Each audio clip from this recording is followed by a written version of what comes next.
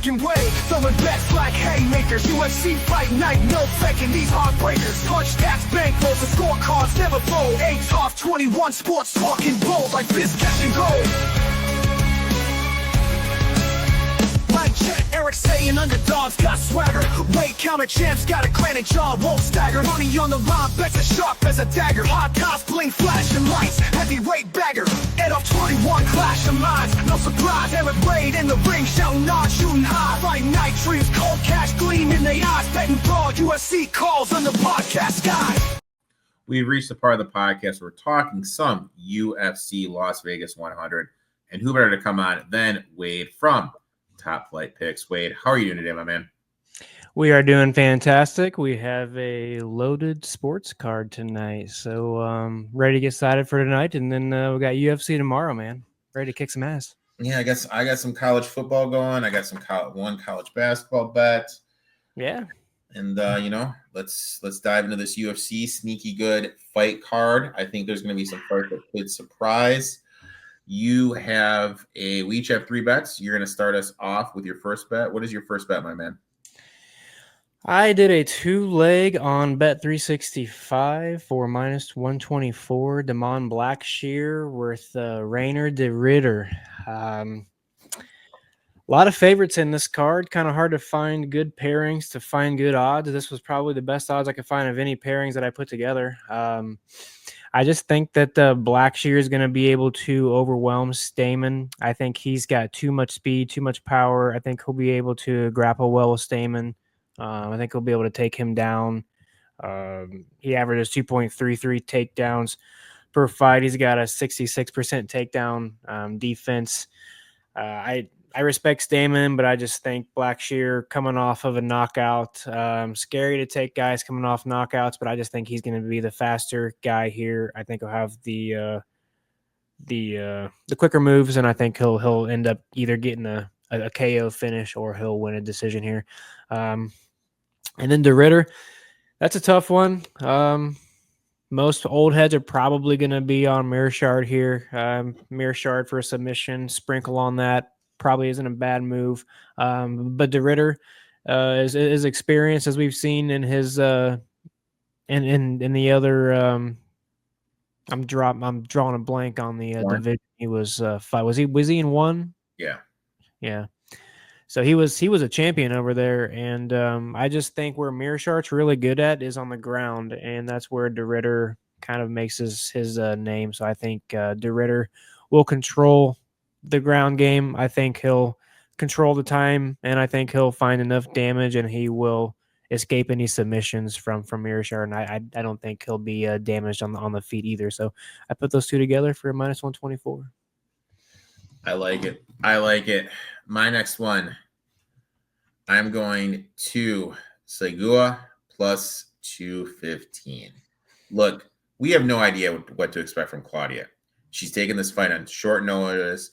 She's fought on the minor league circuit. She's fought in bare knuckles. She's fought in grappling only, striking only. She has fought in so many different circumstances. It tells me she is very versatile. But there is no world where Mullins should be a 2-1 betting favorite. She literally doesn't move her head. Her head stays stationary. And when you have a high volume striker like Claudia, she's going to be able to rack up points in the stand-up game. And I don't think Mullins is going to be able to get this to the ground. I really don't trust her grappling game. I think the smaller cage in the apex is actually going to favor Claudia. So I'm going to take a shot here at the plus 215. There's a lot of variables in this one, but this is mainly a numbers play just because I don't think there should be any world that Mullins is this big of a favorite. Hey, man, I was looking at pairing Mullins up in a parlay, but I don't like to bet on the girl fights, so I think we're on opposite sides on this one. Hey, buddy, you know what we say? Shoot or shoot. Shooter's got to shoot. Finding the good spots in this one's tricky, so that's that might be a good spot here. I like the money. I like the value on that. Shoot or shoot. Next bet. I think a 2-leg on old Chuck Buffalo here. Chuck Buffalo 2-leg on. You can only really do this on DraftKings, I think. I'm not sure if any other books offer the same game parlay where you can choose the every half minute. So I took Charles Radke money line with the over 5.5 total minutes.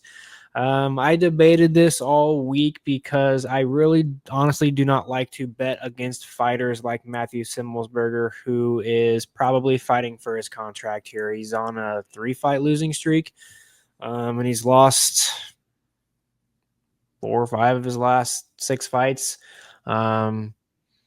He just hasn't been that impressive. He is aggressive. I think Radke, he's the younger fighter here. He's the more fighter here. He's gonna shoot for his takedowns. What I liked when I looked into this a little bit is Simmelsberger was taken down 7 times in his last fight, and that's exactly probably what Radke's gonna do. He's gonna look to take down Simmelsberger. He's gonna look to get on top of him. He's gonna look to ground and pound. Radke's got some serious power. And I think if he catches Simmelsberger in the right spot, he could catch a knockout here. I think it's probably going to go to submission because Simmelsberger has been a decision machine. So which I do like the over 5.5 minutes. I don't think we're going to see an early one here. Radke got knocked out in his last fight. So again, that's 2 fighters in a row where I've taken somebody to win after being knocked out. So it's always a tough position. But he got knocked out by getting hit in the solar plexus, I believe. Nothing to the head or anything. So I think he can bounce back from that. And I think he might be able to win by a submission here, actually. Nice little guillotine by Radke. So we'll see. I like it. My next one, I am going Torcoli plus 140. Look, last flight, took on short notice, flew across country, had to cut an absurd amount of rate to fight your boy, Sasha, who I think is very overrated. He looked good in the stand-up game. He gassed out. He lost the fight. Now he's going in against Gore with a full camp who, for the life of me, I don't know why he's this big a favorite. Gore coming back off a shoulder, off a wrist injury. When you are facing someone that is going to look to grapple, those are some pretty important appendages defending takedowns, your wrist and your shoulder. How is that going to be his first fight back? And he hasn't fought in over 2 years. Chicorley has more experience, the advantage in the grappling game. Is Gore going to be able to handle this grappling pressure, especially in the apex where there's less room to move and everything is condensed? Chicorley, huge, 5 inches taller, 7-inch reach advantage. This is going to allow him to keep Gore at bay, so Gore's not going to be able to do the striking. And what Gore does is he closes, but he doesn't do anything. He pushes forward, but he's got no pressure, doesn't let his hands go. I like Chicorley here. Bigger fighter, more experienced fighter. I'll take him at plus 140. Hey, man. We should change the name of the show to Shoot or Shoot. Dude. Because, I don't really have an opinion on this one. I didn't really look into this fight too much because I kind of have always had in the back of my mind an opinion that Tricoli is trash. So I would never I would never lay money on him, but he might be a good spot here. So I would not shy away from it just because I am not betting on it. I just wouldn't put money on that situation. I don't know. Can you trust him? You got to be able to trust him. Sounds like you can trust him. And for plus 140 odds, I don't think there's anything wrong with putting a little money on plus 140. Hey, shoot or shoot, brother. Shoot or shoot. Yeah, if that was worse odds, I definitely would not be putting money on it. But you're getting a really good you get a good return on your investment there. So, what's next, my friend? Yeah, man, we're just this card sucks. I can't really give you anything juicy. Even if I liked somebody to do a knockout, their knockout's like minus 400.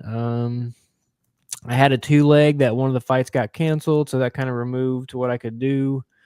So the only other bet I really had going right now was I put together a 3-leg of my most confident ones I feel today. really all the big fighters are juiced, so it's hard to really figure out who to put together. But I ended up putting together Carlos Prates, Jillian Robertson, and Denise Gomes. I think one, Carlos Prates is going to be way too much for Neil Magny. I respect Magny in a way that Prates may not finish him, but I definitely think he's going to win by a decision, if not some sort of finish by damage. Jillian Robertson is just way better than Pinheiro here. I think she will be able to get to a submission early. I think that's probably not going to go to a decision, but even if it does, Robertson's going to have enough ground control, and she definitely will have enough damage. She's far better fighter in that one. Gomes is probably the one that could be tricky one here, but Carolina's she's on the wrong side. She's too old. We saw in her last fight. She likes to point fight. She can keep the distance, which will keep her in fights, and which is why she's a decision machine. Kind of not a smart move to really put somebody in a 3-leg parlay. This could be a bracket buster here with Gomes, just because of the way Carolina fights.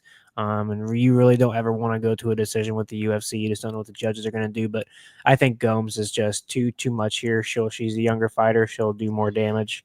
I think that's the leg that you got to worry about on this one. But I think she'll come out clean and get this one done. So I laid 1.5 units to cover the -147 price, which I usually don't try to do parlays like this, but this card, you got to do what you got to do.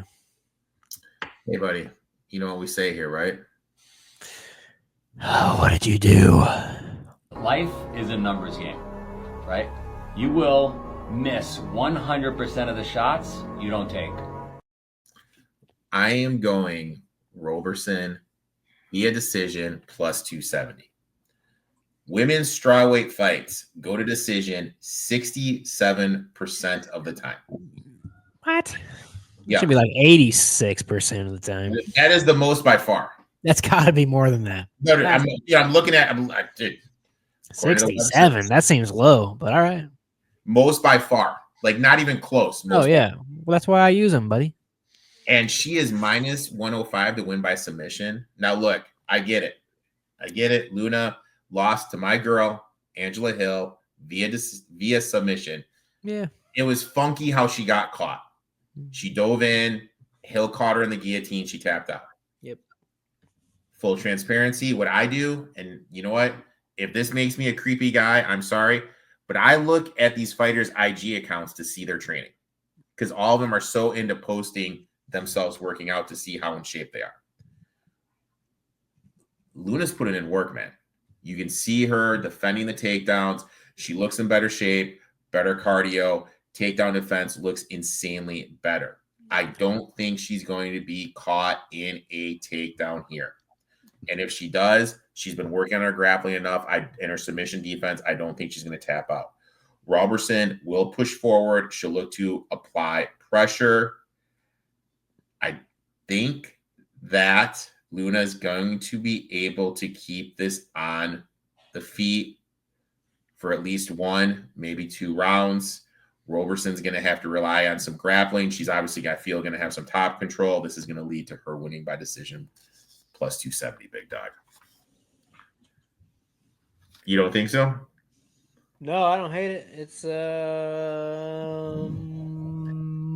worth some. So it's worth something. Worth a half a unit or sprinkle something. I definitely think it's. She's gonna win. So I'm trying to. I was actually sitting here trying to remember what her total money line was. I'm trying to look at a slip here. Dude, her money line is insane, dude. It's like -300, -400. Yeah. So I mean, I'm trying to create value. I think with this prop, this is going to be the way to do it. I don't know what. I wanted to pull up what her double chance was. That's always the safer route to go. Because if she subs her, and if that line is like a minus anything close to plus money, that's well worth it. I mean, if she's -105 for a decision, though, that's not going to, you know what I mean? That's the thing. That's probably going to be like -200 something. Wade, I'd like to thank you for coming on, talking a little UFC. You're actually going to be subbing for Gino this Sunday morning. Looking forward to that. why don't you tell everyone where they can find you on social media, how to join your Discord, and all that good stuff, my friend. Yeah, just come over to X, check out the Top Flight Wagers. It's Top Flight Wagers on all social medias, TikTok, Instagram, YouTube. Oh, you changed it, dude. Jeez, I thought it was some Top Flight picks, dude. Nope, changed it out now, and now we have one instead of having 3 different ones on 3 different social medias. They're all the same. So I Top Flight apologize. Wagers on all of them. So that works now. And yeah, come give me a follow. There's a link in bio for a 7-day free trial. So we've been killing the books in pretty much every sport. So looking to stay hot tonight. Keep it up, man. Look forward to talking to you Sunday. Make sure to give them a follow, and look forward to talking to you next week for the big pay-per-view card, my friend. Yeah, looking forward to it.